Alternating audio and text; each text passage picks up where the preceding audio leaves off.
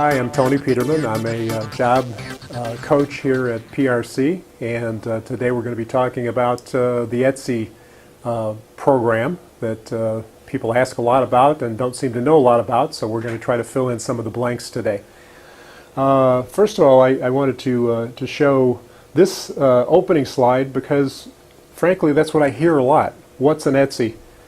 3 years ago or so, somebody came to me and knew that I was doing internet sales on photography that I sold as I do as a hobby, but then I do sell pieces online and through other sources. And somebody came to me and said, "Have you ever thought of trying Etsy?" And this is on here as what's an Etsy, because that's what I said to that person. I said, what's an Etsy? I'd never heard of it before. I find that when I talk to people now about Etsy, that's exactly the same line that they use. So I figure that it must be a common thing that's heard around the industry. So I left it in here as what's an Etsy as part of the presentation. The "and why is it a secret" part is my own personal attachment to the title, and that's because the company Etsy seems to have an interesting kind of a marketing style, and they don't do a lot of external advertising about their company. They don't have a lot of trade publications doing articles about what they do. They're a highly successful company, founded about 11 years ago, but they like having this sort of secret kind of approach to things. In fact, if you ever try to find out what Etsy stands for, and many people have, you'll find that you'll get if you have talked to 10 different officials at Etsy, you're going to get 10 different responses, including the founder of the company, who tells everybody that Etsy is the name he decided to call his new company because he saw it in a Federico Fellini movie called 8½, and in Italian they kept saying Etsy, Etsy, which means "oh yes." And so he said that was the reason why he decided to call it Etsy. Now, if you ask him the next week, he has a totally different story for it. He's got a whole different thing made up. In fact, the company encourages their users to go to a website and fill in what they think Etsy stands for. And it can be anything. They don't care. So pretty much Etsy is a made-up word. And the company likes keeping it that way. They sort of have this mystique, I guess, if you want to call it that. And that shows a little bit about their creative side, I guess. Talking about Etsy, the company, what we know, what they've told us at least, it was founded in 2005, about 11 years ago, and it is based in Brooklyn, New York. They focus specifically on e-commerce sales of handmade craft or art items designed to be online version. It's designed to be an online version of the old-fashioned arts and crafts show, except it's done online. They require only that what is being submitted to their website be handmade materials, not copies. They do allow for what they call vintage, that is not handmade. Vintage being perhaps like an old 50-year-old artistic style design table. It could be vintage clothing, but that's the only thing that is outside of the realm of handmade products. They deal specifically in artwork, that including painting, photography, anything that would be considered art, print art. They deal in glass designs and sculptures. They deal in homemade quilts, photography, vintage clothing. They're very strong in jewelry. A lot of people who make handmade jewelry, and in fact, we do right here in this building have classes for creating jewelry, so there might be some opportunity for Etsy for them. They actually deal in homemade bath and beauty products and many other miscellaneous items. So just about anything that can be handmade and might have a value to somebody as a unique item can be purchased through Etsy. The company itself has had huge growth since its startup. They have 20 million active buyers right now and 1.4 active sellers in their system. In addition to that, they have about 30 million more who are what they call browsers, people who don't have the They're not signed up or registered, but they have the right to go in and see what's in there, just for their own general interest, sort of a Pinterest type style thing. They also had last year 31% of their sales came from international sales. And I know for a fact that that is a big part of their business because my wife, Nancy, is a collector. She's a buyer. I'm trying to sell, she's trying to buy. And she has several collections, which are beautiful collections. They're glass art, paperweights, very unique items. And I would say that half of what she orders on Etsy, not because she's attempting to do it this way, it just turns out this way, comes from other countries, from Scandinavian countries, from former Eastern Bloc countries, from Latvia, Scandinavia. I mean, all of these different companies that do sell to the United States. Now, there is a backward flow of sales, of course, as well. People buy American products that are handmade, and they buy them in Europe and in other countries. My particular products I've only sold outside the country a few times, and it's to Canada, so I kind of tend to think of Canada as being our, something not quite too exotic as far as outdoor sales, or out of country sales. What we wanted to kind of cover today, and this is a huge topic and very tiny type, so I'm going to try to go through this as we and explain it as we talk about these individual items. How to become a member. Very, very easy to become a member of Etsy. They don't really require much of you except information. You would go to www.etsy.com and you follow the instructions on how to register. Usually when you go to the etsy.com, up in the upper right hand corner there's a register button, and you click on that button and it might ask some more questions about, do you want to be a buyer, do you want to be a seller, because it takes you down different paths depending on which of those you want to be. And you have to be a little careful because for some reason when you get apps from, if you're using Apple products as an example, if I'm like my iPad, when you go in you can't find that register button quite in the same location. It's in different places, but it'll be there. You just have to look for it. You must be a registered member to buy on Etsy, and membership is free. It doesn't cost you a penny to be a member. So if you want to go on as a browser buyer or a seller even, no cost. Free of charge. You will be asked to create an account with a username and passwords. Important to remember that when you create your username, it's yours for life. You cannot change it. So if you have to really give this some thought when you put your username together. What will happen is you go to pick a username, and there might be 10 that you'd like to use, and 8 of them are already used by somebody, so you can't use those. So you have to be a little creative in coming up with a name sometime. My particular site, my name is Tony, and I do photography, so I made it Images by Tony. It took me about 6 tries to get that because many other names that I wanted first were already taken. But it's important that you remember, once you choose it as your name and that becomes your username, they will not let you change it. If you can't even close your account and open a new account. You've got to stick with that username. If you want to be a seller account, you have to be prepared to give some information about billing, credit, and check issues, PayPal setup, that type of thing.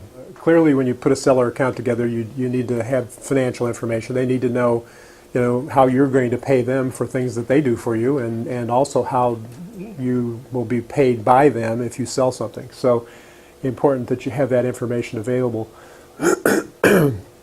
Now, once you have a seller account shop, you're officially in business. You're in your own business as far as they're concerned. You're off to the races. Now you need to fill your items, fill your site with items to sell. There's quite a bit of setup time that's required here to put together items. Now I limit the amount of items that I have in my account, as an example, to right around 100, because I literally could put more hundreds in there if I wanted to.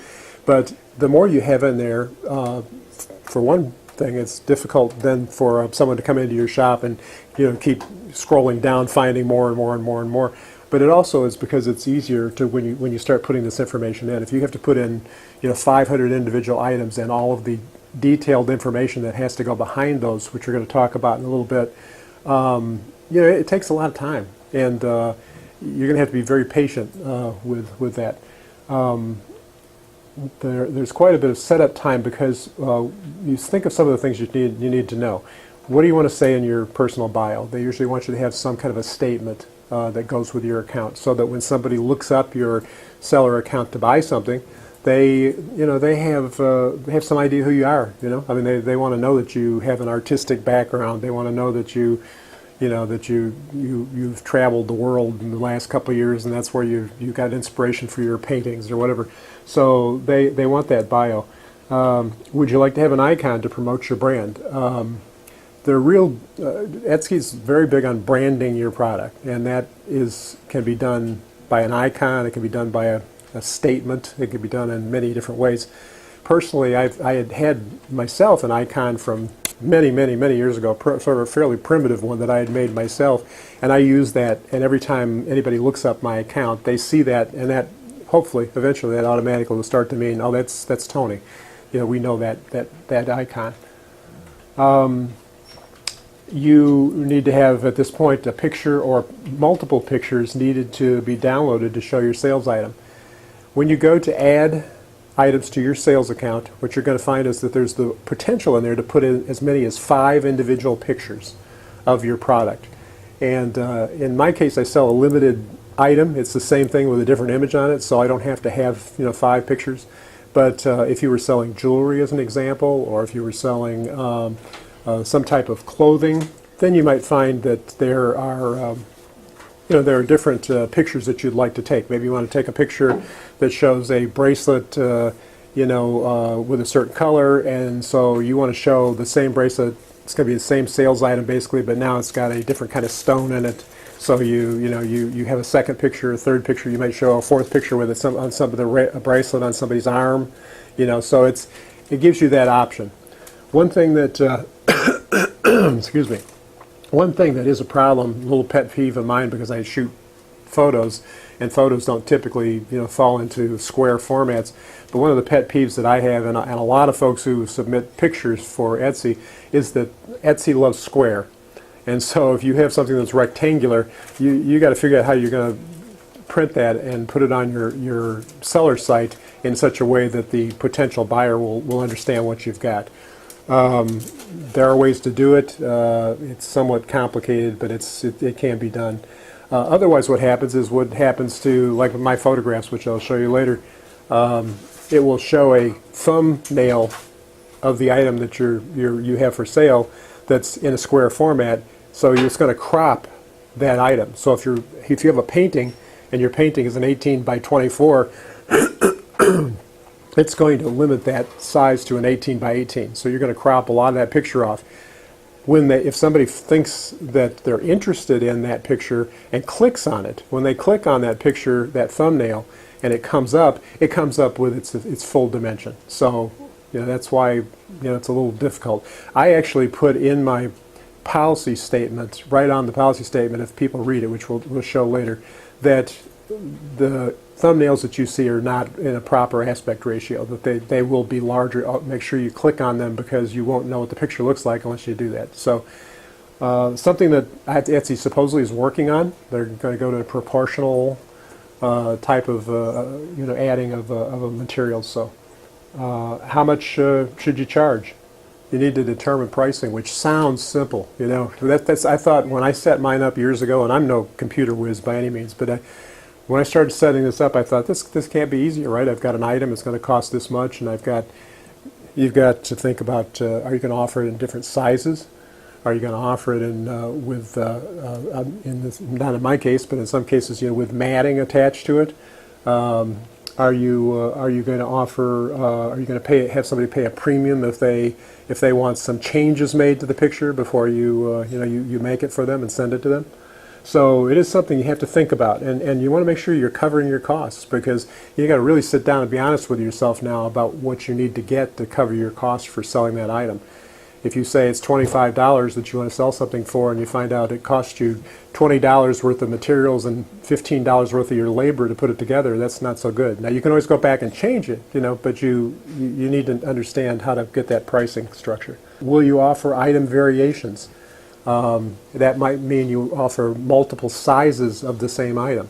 So if you're going to offer variations, each one of those variations has to be priced as well. And I don't want to make this sound too complicated, because I don't want to scare people off. It's not that complicated. It's not complicated. It's time consuming. You just have to make sure that you cover your bases. Variations would be, well, I'll stick with my situation with photographs. I offer 3 standard size photographs. That's 3 variations according to Etsy. So each one of those has to show a dimension on your seller page. It has to show a value, a dollar value, and so you have to keep that in mind. If you're going to offer those variations, it's something you have to consider how you want to price it. Shipping. I mean, most of people who start their own business, like an Etsy type business particularly, they don't really think of shipping. Shipping is just something that happens. And I really, when I think of shipping, in my mind, I always think of packaging and shipping, because it costs you money to buy an envelope to send something out, or a box if it's something that has to be boxed, and it costs you money to ship it. Now, Etsy does help a little bit with negotiating better prices on some kinds of things that you can ship, but that's something that's relatively new. I mean, you have to kind of work with them on those kind of issues. One of the things related to shipping, as an example, is if you have 2 items going to the same location. If you're going to charge, say, $4 an item for shipping, and now somebody has 3 things that they're going to buy for their same location, can you charge them $4 for the first one, the second one, and the third one? You really can't. You've got to charge them less money for the second and third. It's going to the same location. You can't, otherwise you're overcharging them. You can do it, but it's not likely that people are going to be happy when they find out they just paid $12 for something they should have paid $4 for. Well, you have a shipping policy, and in a little bit we'll go through some of what that might mean. Shipping policy would be, how many days from the date you place the order will I guarantee I'll deliver it for you? What happens if the shipping gets lost, if your package gets lost? Who's responsible for that? Those are shipping policy issues, and you have to set that up on your page before you actively sell from it. Some simple things. Each sales item is going to need a description of what it is. I'll show you a little bit later on the computer how that works. But if you put an item in there and you're going to sell it, you got to have a description for it. And that description can be simple, or it might be not so simple.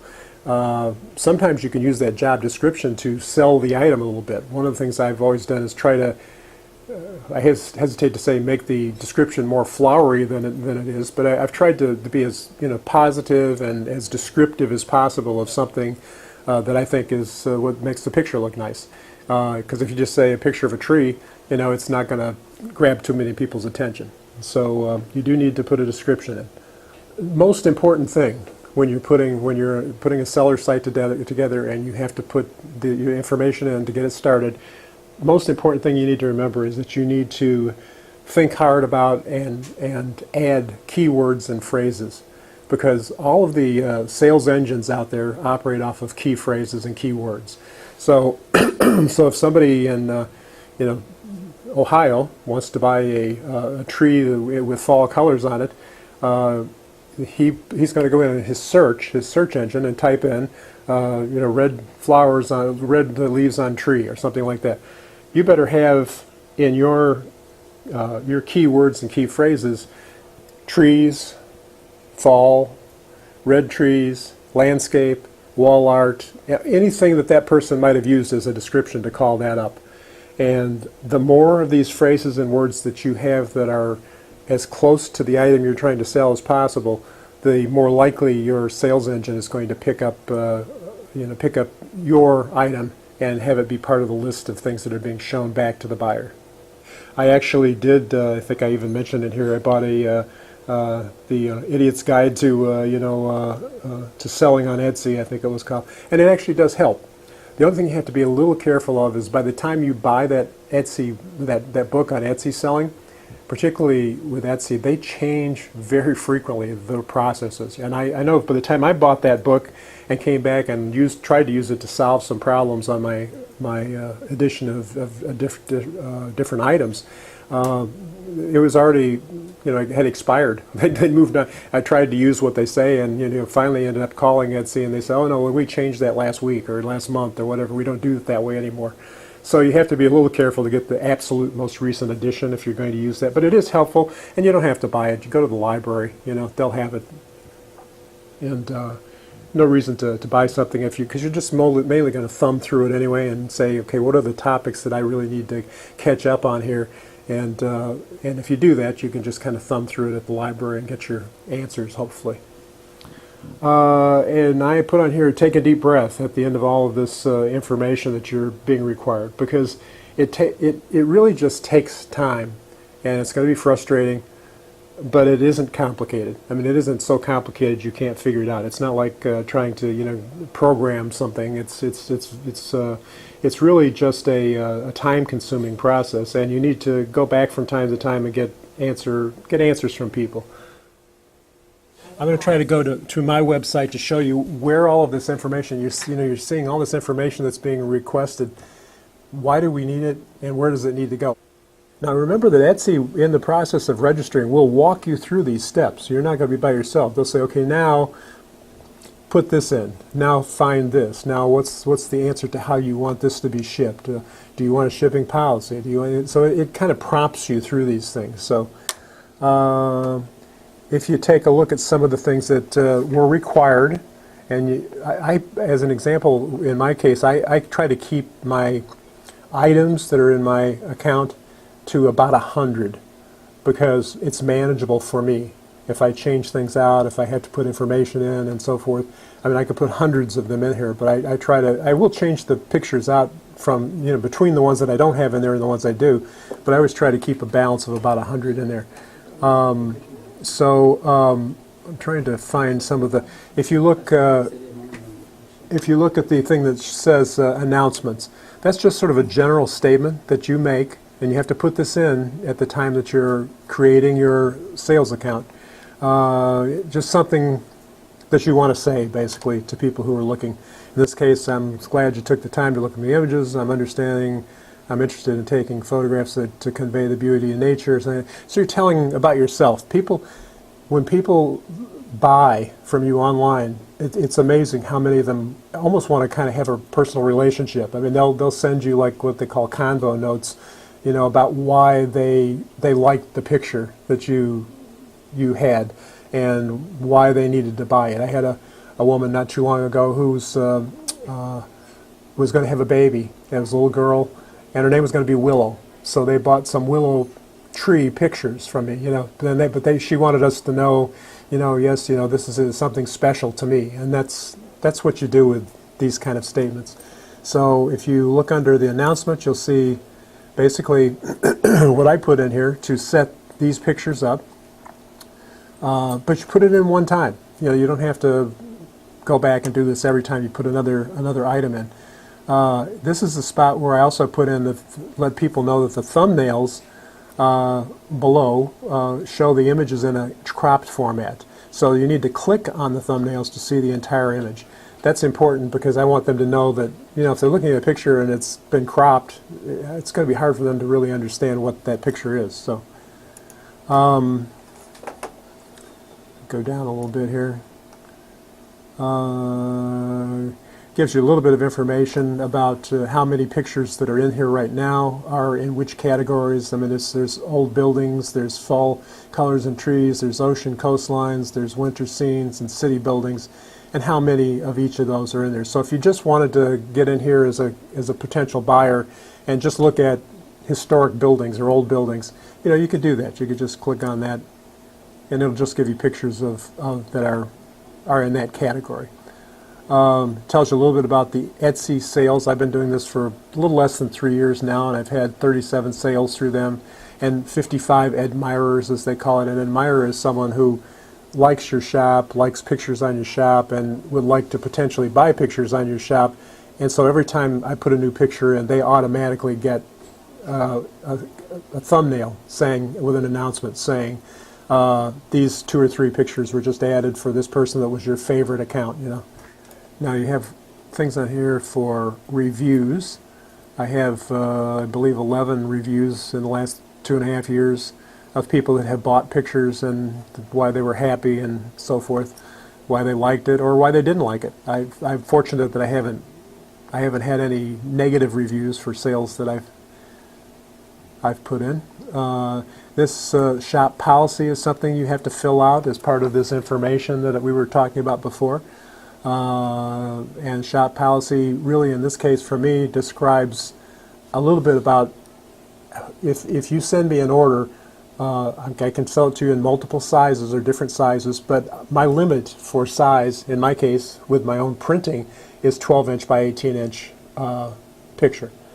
If I can provide larger pictures than that, but if I do, I'm going to go outside to a professional lab that's going to take an extra day or two to get the shipment to you. So I work with a lab called MPEX, so I have a pretty good relationship with them, and I can get things shipped almost as fast as if I do it myself.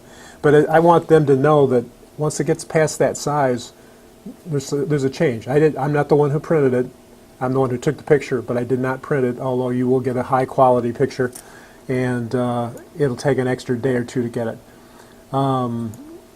There's some general information explaining the fact that I don't do any matting or framing, which is very popular with a lot of people. I used to do matting and framing way back in the old days. I don't do it anymore. Let's see what else is on here. Photographs available size. But I guess the purpose of showing you this is that all of this information that is behind the scene, these are behind the curtain things that you have to have the information filled in already. So when you put that site online, it's going to answer a lot of people's questions. Basically, there won't be questions. It has information about payments, how you expect to be paid. It has information about shipping. Tells once again about the print sizes. How in the cases of pictures up to 11 by 14, they'll be shipped in a certain way. After they get larger than that, they get shipped in a different way.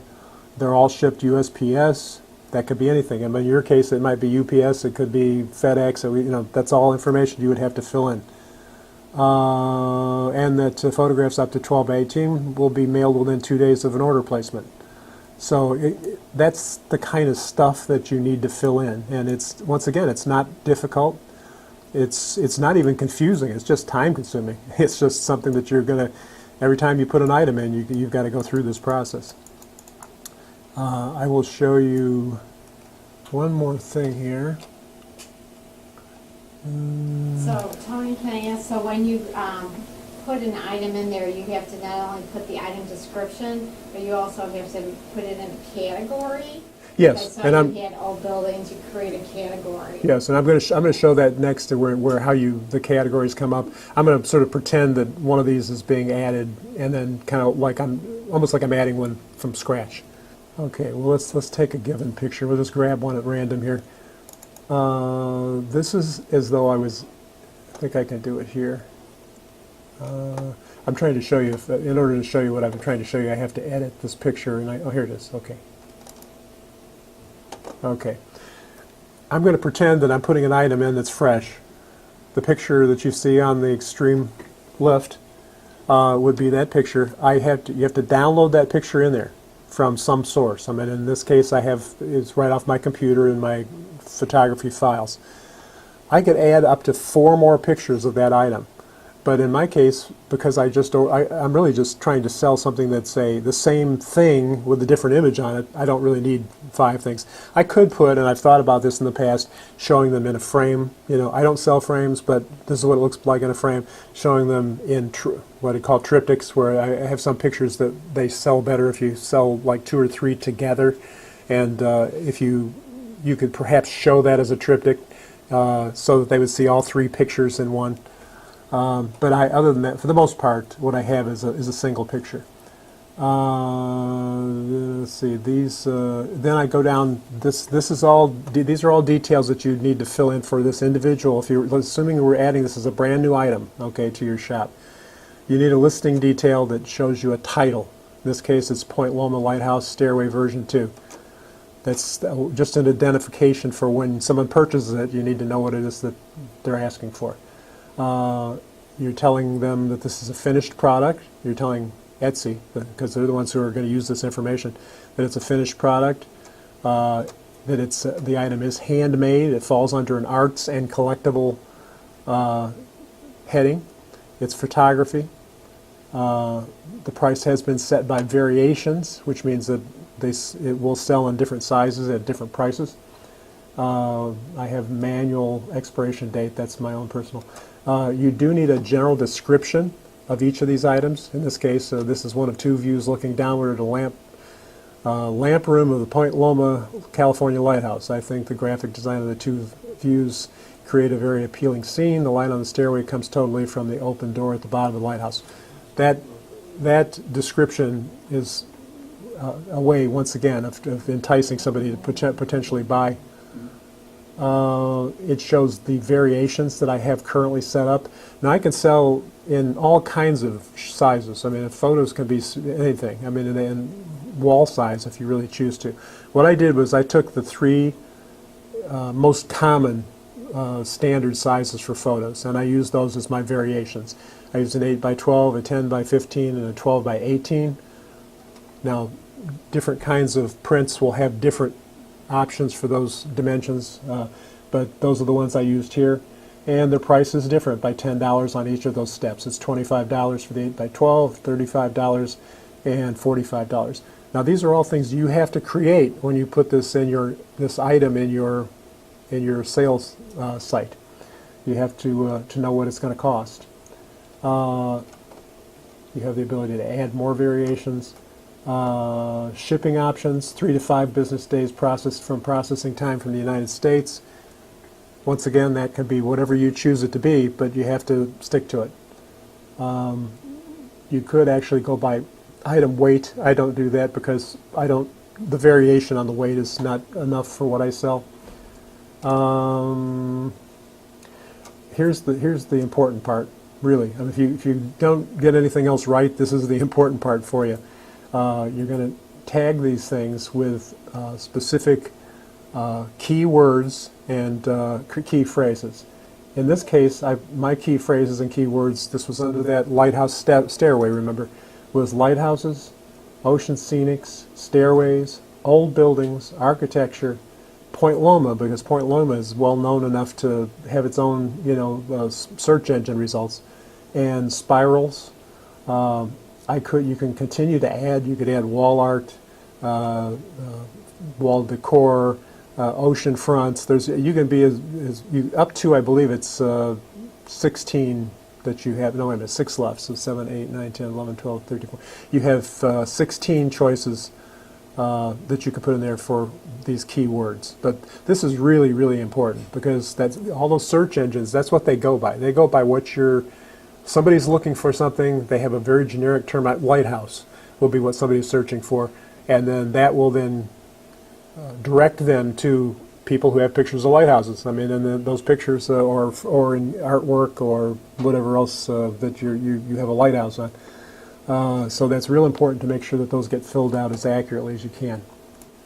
But you can see the difference in that. The thing, once again, the irritating thing to me and many others is the fact, if you take a look at that one we just entered as an item here, where the cursor is, and you see what the actual picture is, it's quite a difference. It's a significantly different picture in one than in the other. So, it's one of those things you have to put up with, and as long as you describe it to them and explain it to people before they buy, apparently it's something that they accept. So. But what do you get from Etsy for doing all this? I mean, Etsy's got to provide something other than a place for you to put a picture up. One of the things that they do is provide a connection to individuals, groups, committees that can help you redesign and grow your shop's business. They're a good source of information when you need help. They are very helpful as far as with the setups, and they also are very supportive of this. What they call the community, the Etsy community, which means that one of the examples of that could be a group that I'm trying to think of the term that they use, what they call it, a treasury list. People will get together and say, I have a theme. That theme is American flags.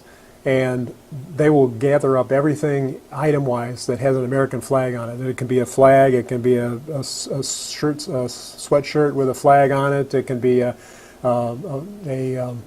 hat, it can be anything. And what they do is they collect literally dozens of those items. And if you're put in one of their treasury lists, then if I had a picture of a flag, that would go in there as well. And when people are trying to buy things, they come in and they say, well, let me look at this treasury list. And if they click on my flag and not on the person's flag who had it printed on their sweatshirt, then that will come automatically to my shop. So it's almost like that buyer came to me directly, even though they actually came to me only because they were part of a bigger group, or community group of pictures of a certain topic. So that's something that's very helpful to promoting your sales. One of the things that they do, Etsy will do, is provide extremely helpful reports that help you understand what's going on with your shop and your sales. Some of these are seller reports. A lot of them are seller reports. I was hoping to show you some here, but I'd have to get back into my internet, and that probably is a little complicated for me right at the moment. But I can explain them to you a little bit. The sales lists are promoted listing analytics by month. You get a good email. They'll email it to you and show you how many people looked at your shop, which pictures did they look at, what was the source of their path into your website. Was it through a search engine, a general search engine? Was it through Etsy's search engine? Did it come from a promoted product? So it gives you that kind of information. It's very helpful to know where you're getting the most bang for your buck on your promoting your products.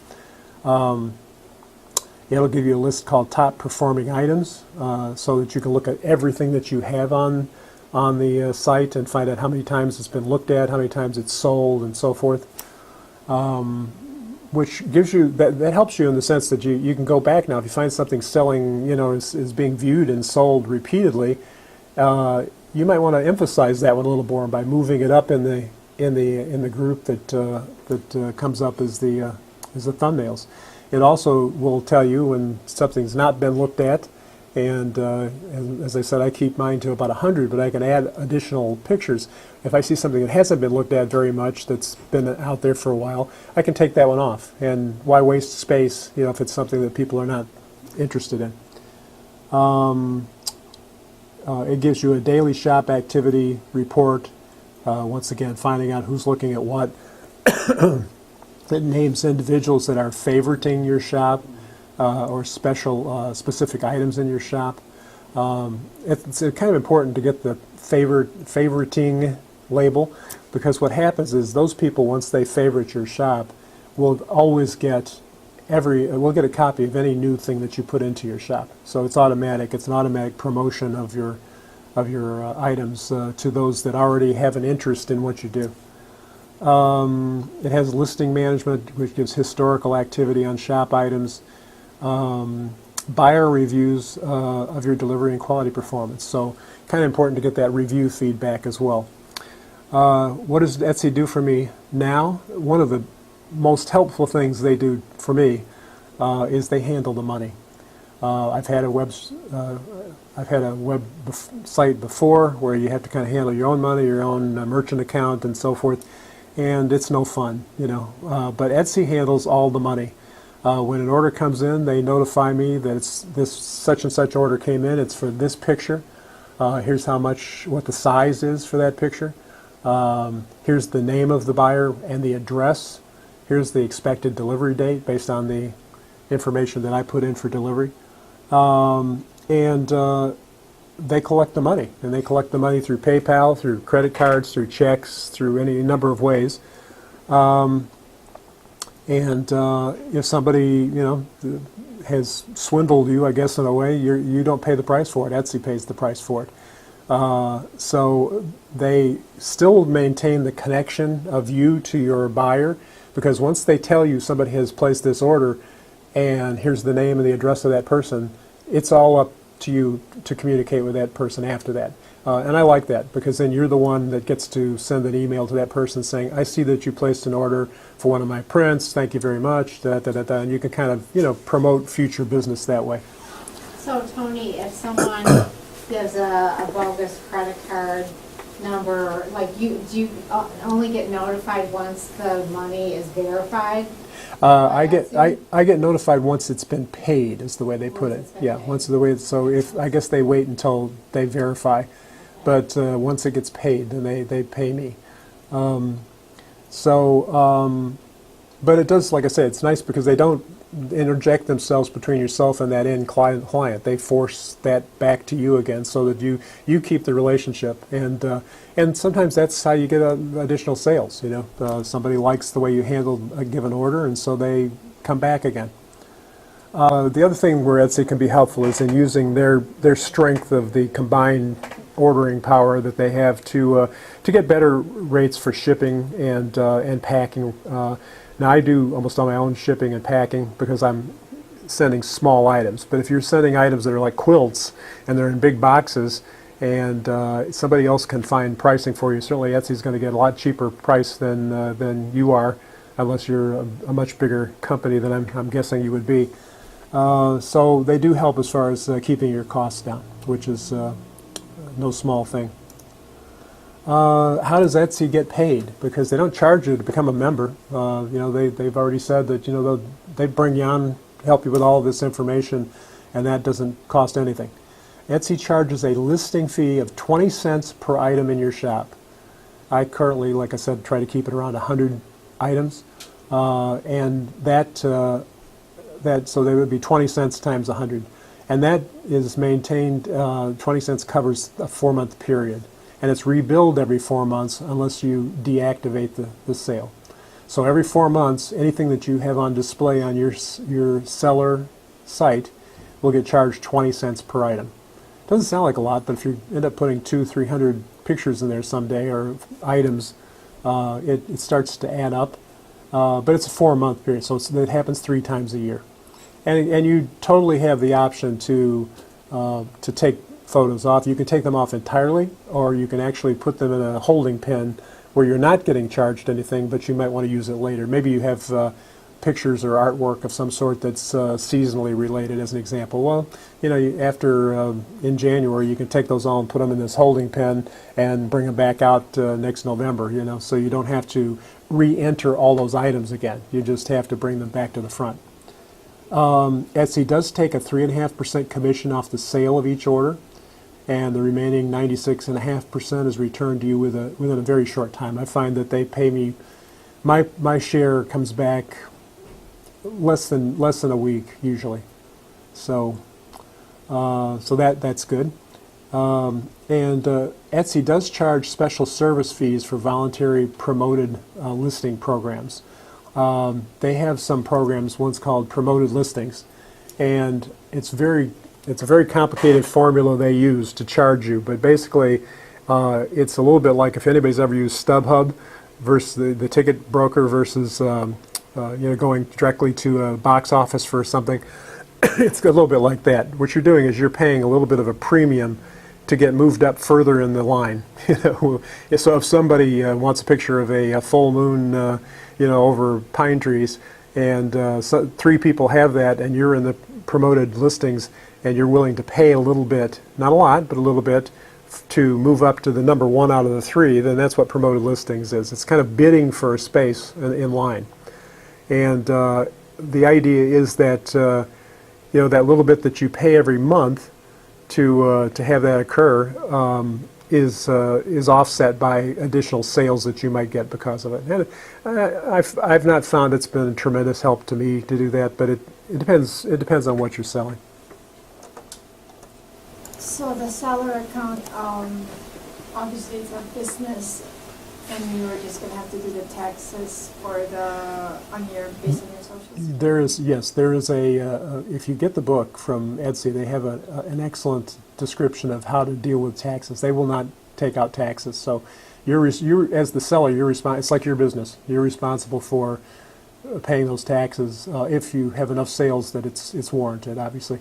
So you need to keep track, and you would in some cases it's just added as part of the price of the object. You don't go in and add a sales tax separate. You can say, 8% of everything I sell, I'm going to assume is a tax on this sale.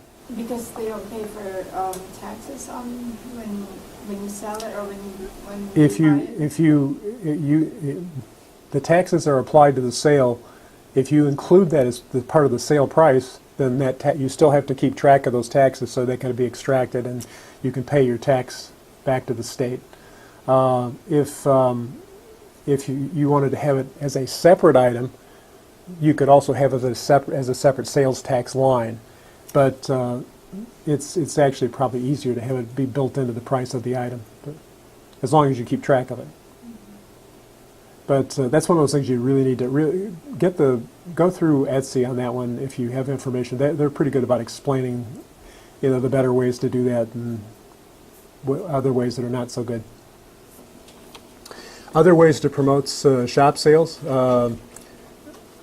New shop sale items are automatically promoted by Etsy to your favorite buyers. That's a nice feature. So if I was to go home and replace 10 of my pictures with 10 new ones, all of my favorite buyers would get a notice that I had added these as new items. Connect your Etsy shop. If any of you use Pinterest, Facebook, or Twitter accounts, highly recommended that you find a way to connect that to your Etsy account. I'm not familiar, my wife's very familiar with Pinterest, I'm not, but Facebook and Twitter accounts, that's not my thing, so I'm not, but it is a way to broaden out the availability of your work to a broader group. Use the Etsy Promoted Listings program. We talked a little about that, moving up further in the line. Once again, I can't explain it enough to say that you have to ensure that your keywords and phrases in the items lists are very strong. That's the best way to get someone to go and look at something that you're trying to sell, is if you have the keywords match what they're looking for. It's like looking for a job. If you say, I'm a dedicated employee, never took any time off from work, and now you're probably going to be using all the words that an employer wants to hear. Well, that's kind of what this is with key phrases. If you have the right phrases attached to the picture, the shawl, the whatever, the blanket, whatever it is that you're trying to sell, it's far more likely that you're going to get their attention if you're using exactly the same words they are. And work with the Etsy community groups when they contact you. I have to admit that I've not done a very good job of connecting with any of these groups, not because they're not good at it, but because I'm not good at it, and I'm not quite sure how to go about getting started. I'd like to do that. I've been sort of accidentally added into some of these groups, but I don't really know what that does for me at this point. But the community groups supposedly are very helpful in broadening out the presence of your site. So, any other questions? Thank you, Tony.